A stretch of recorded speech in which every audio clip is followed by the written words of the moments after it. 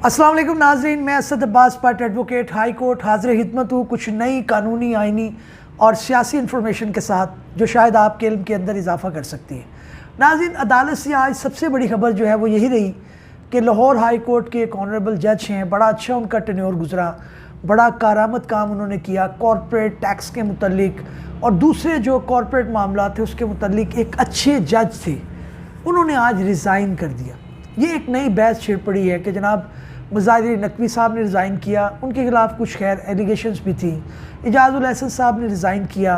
ये क्या एक तांता बन गया है, क्यों जजेस जो है वो रिज़ाइन कर रहे हैं, इसके ऊपर बात करेंगे। और दूसरा हम बात करेंगे कि जनाब एक बयान आया बुशरा बीबी की तरफ से, उन्होंने बड़ा दलेराना और दबंग किस्म का बयान दिया है।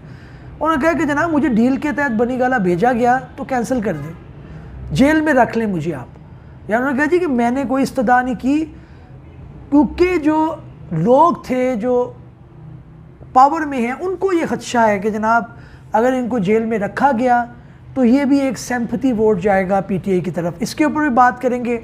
और तीसरा हम बात करेंगे जनाब के चीन के अंदर इंजेक्शन के ज़रिए 2 लोगों को सज़ाए मौत दी गई है, वो क्या है उस पर वो बात करेंगे। इसके अलावा भी कुछ खबरें हैं, उसके ऊपर बात करेंगे। सबसे पहले चलते हैं Lahore high court. Lahore high court के अंदर जस्टिस शाहिद जमील साहब मुस्ताफ़ी हो गए। बड़े अच्छे जज थे, बड़े ऑनरेबल जज थे। 1-2 दफ़ा मेरा इनके सामने पेश होने का मौका मिला, बड़े तहम्मुल से बात को सुनते थे। और मुझे ये कहना पड़ेगा कि आजकल फुकदान है।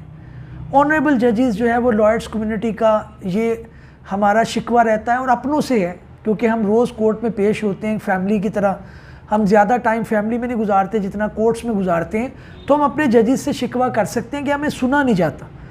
जब हमें टाइम माकूल मिलेगा, हम बात कर सकेंगे, तो तब जो है वो दलाइल अक्रॉस द बोर्ड जाएंगे, दूसरे तरफ जाएंगे, जज साहब की तरफ जाएंगे। लेकिन ये एक अनफॉर्चुनेट एलिमेंट है कि इसके अंदर कहा जाता है। लेकिन शाहिद जमील साहब जो थे ये बहुत अच्छे जज थे और ये बड़े सॉफ्ट और बड़े जो है वो आराम से चीज़ों को सुनने के आदी थे। इनका इस्तीफ़ा जो है उसके ऊपर देखते हैं वो क्या खबर है। लाहौर हाई कोर्ट के जस्टिस शाहिद जमील ख़ान ने इस्तीफ़ा दे दिया। ज़राए के मुताबिक जस्टिस शाहिद जमील ख़ान की जानिब से इस्तीफ़ा सदर ममलकत को भिजवा दिया गया है। ज़राए का कहना है कि जस्टिस शाहिद ने ज़ाती वजूहात की बिना पर इस्तीफ़ा दिया। उन्हें 2029 में रिटायर्ड होना था, बड़ा टाइम पड़ा था अभी। इस्तीफ़े के मतन के मुताबिक लाहौर हाई कोर्ट के जज के मनसब पर रहना मेरे लिए बाइस से एजाज़ था। ज़ाती वजूहात की बिना पर अपने ओहदे से मुस्ताफ़ी हो रहा हूँ। मैंने अपनी ज़िंदगी के एक नया बाब शुरू करने का फ़ैसला किया है। जस्टिस शाहिद जमील ख़ान 2014 में लाहौर हाई कोर्ट के जज के ओहदे पर तैनात हुए थे। जस्टिस शाहिद जमील ख़ान ने अपने इस्तीफ़े में ये अशार भी लिखे, आज़ाद का अंदेशा हकीकत से मुनव्वर, महकूम का अंदेशा गिरफ्तार खराफात, महकूम को पीरों की करामात का सौदा है, बंदा आज़ाद खुद एक ज़िंदा करामात, इकबाल यहाँ नाम न ले इल्म खुदी का, मौजू नहीं मकतब के लिए ऐसे मकालात। अब ये खुदी का उन्होंने बात की है कि जनाब महकूम नहीं आज़ाद। अब इस्तीफ़ा सादा होता तो कोई बात नहीं थी, इसके ऊपर कोई इतनी चैम गोइयाँ नहीं होनी थी।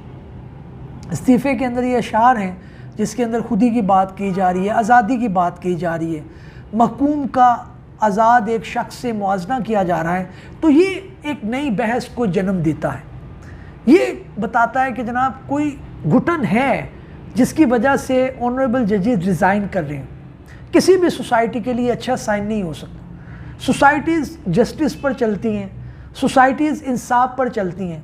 वो किसी भी पॉलिटिकल पार्टी से ताल्लुक़ हो, इंसाफ का तराजू जो है वो बराबर होना चाहिए, तब जाकर आप कह सकते हैं कि कोई एक जो है वो मुल्क तरक्की करेगा। किसी मुल्क की हिस्ट्री उठा के देख लें, कभी ऐसा नहीं हुआ कि आज़ाद अदलिया के बग़ैर किसी मुल्क ने तरक्की की हो, एजुकेशन के बग़ैर किसी मुल्क ने तरक्की की हो, सेहत के बग़ैर किसी मुल्क ने तरक्की की हो। इधर सियासतदानों की तरजीहात ही नहीं है। बस आप कंप्रोमाइज़ कर लें, आप बात कर लें, आप जो है इस्टेब्लिशमेंट के जो है वो खाते में आ जाएं, कन्विंस ज़रूर करें, लेकिन पॉलिसीज़ अपनी बेहतर करें, तभी मुल्क आगे बढ़ेगा। बहरहाल अभी इसके अंदर ये भी कहा जा रहा है कि जनाब उन्होंने कोई इंटरनेशनल आर्बिट्रेशन का हिस्सा बनने जा रहे हैं, इस वजह से उन्होंने रिज़ाइन किया है। लेकिन ये अशार की समझ नहीं आई। अच्छा जी, बुशरा बीबी ने बड़ा एक दलेराना बयान दिया। उन्होंने कहा कि मुझे डील के तहत बनी गाला भेजा गया तो कैंसिल कर दें। उन्होंने कहा मैंने नहीं कहा, मैं तो चली गई थी वहाँ पे, मैंने तो जाके कहा मुझे अरेस्ट करें। उन्होंने खुद कहा जनाब आप बनी गाला चलें, वहाँ पे आपको सिक्योरिटी भी मिलेगी, वहाँ पे आपको जो है वो हाउस अरेस्ट में रखा जाएगा। तफसील क्या है वो पढ़ लेते हैं। साबिक वज़ीर आज़म व बानी PTI की अहलिया बुशरा बीबी का कहना है कि अगर मुझे डील के तहत बनी गाला भेजा गया है तो कैंसिल कर दें, जेल में रख लें। बुशरा बीबी ने गुज़श्ता रोज़ कमरा अदालत में पहली बार सहाफ़ियों से बातचीत के दौरान कहा कि मैं ख़ुद गिरफ़्तारी के लिए जेल आई। उन्होंने कहा कि मेरे घर को सब जेल बना दिया गया, वो कोई होटल तो नहीं। अगर मुझे डील के तहत बनी गाला भेजा गया है तो उसे कैंसिल कर दें, मुझे जेल रख लें। बुशरा बीबी ने दावा किया कि मुज़ाकरात के लिए उनकी तरफ बहुत से लोग भेजे गए, ज़िंदगी में कभी गलत काम नहीं किया।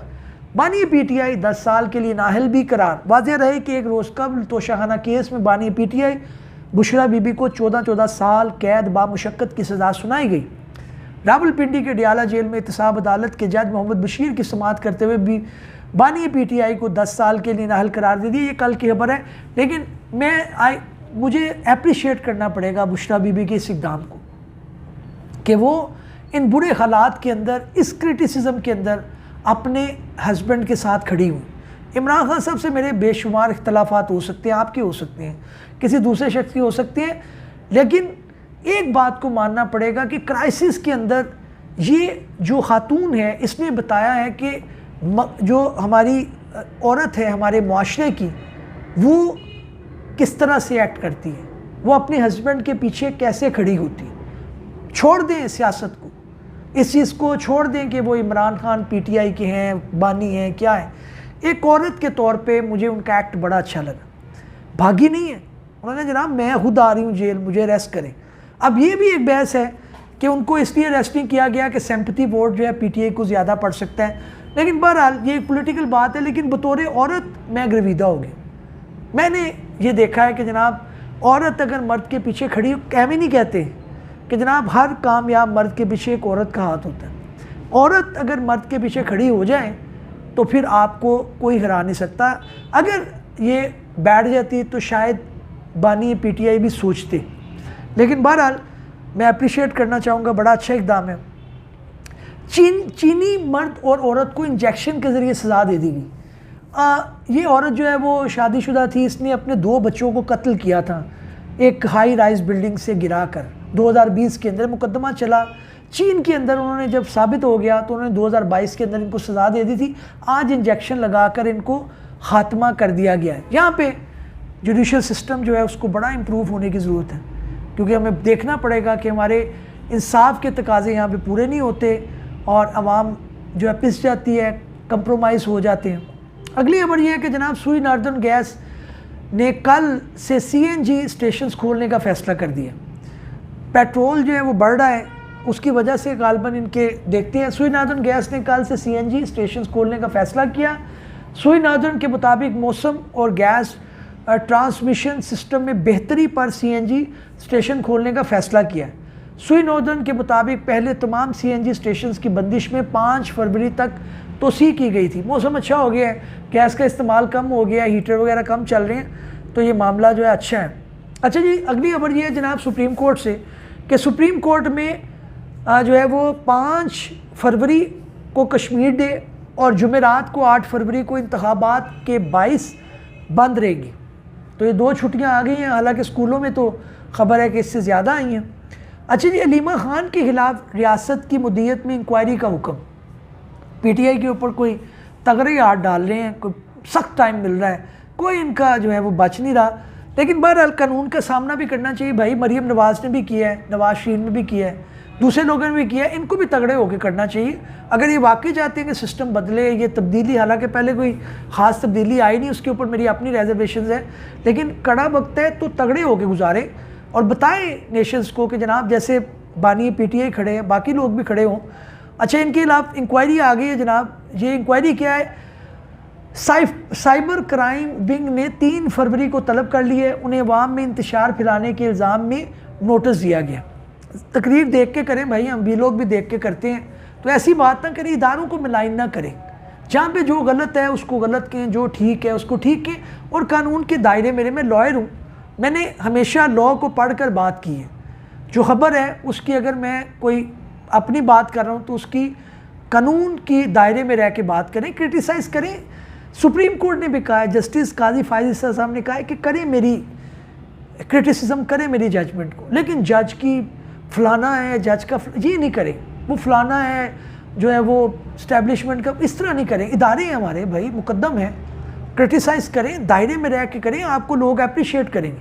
ये नहीं होना चाहिए आप लोंडे लपाड़े बन जाएं, आप जो है वो आपको कोई समझ नहीं है, आप गालियाँ निकालना, पार्टी का हिस्सा ना बने, तनकीद करें फिर सब पे करें, जो जहाँ पे गलत है उसको कहें, 9 मई का वाक़या गलत है कहें, तो ये बड़ा इंपॉर्टेंट है। उसके बाद जो हो रहा है वो प्रोपोर्शनेट नहीं हो रहा, वो भी गलत है, वो भी मैं कहता हूँ। लेकिन बहरहाल आगे चलते हैं जनाब। सोने 1400 रुपये फ़ी तोला महंगा हो गया है, अच्छी बात है जनाब, होना चाहिए, ये माशरे के आगे मामला चलने चाहिए। अच्छे बानी तहरीक इंसाफ इमरान खान से जज के हुक्म के बावजूद मुलाकात ना करवाने पर इलामा नासिर अब्बास इस्लामाबाद हाई कोर्ट पहुँच गए। उन्होंने जनाब तौहीन अदालत की अब ये फ़ाइल करेंगे। उन्होंने कहा जनाब मुझे मुलाकात करने दी जाए, और ये जो है वो इसके अंदर जो है वो आपका ऑर्डर था, मुझे नहीं किया जा रहा। कैप्टन सफदर जो है उन्होंने एक बड़ा अच्छा जेस्चर दिया, मुझे बड़ा अच्छा लगा। मुस्लिम लीग से उनका ताल्लुक़ है, नून लीग के वो एक कह लें कि एक्टिव कारकुन भी हैं, उनकी मिसिस मरियम नवाज़ है, वो सारी बात अपनी जगह पे है। लेकिन आज उन्होंने ये क्या किया कि एक बच्चे ने पीटीआई का परचम उठाया हुआ था, उसने बच्चे के पास गए, मुलाकात की, उसको प्यार किया, तो ये जेस्चर बड़ा अच्छा, ये होना चाहिए।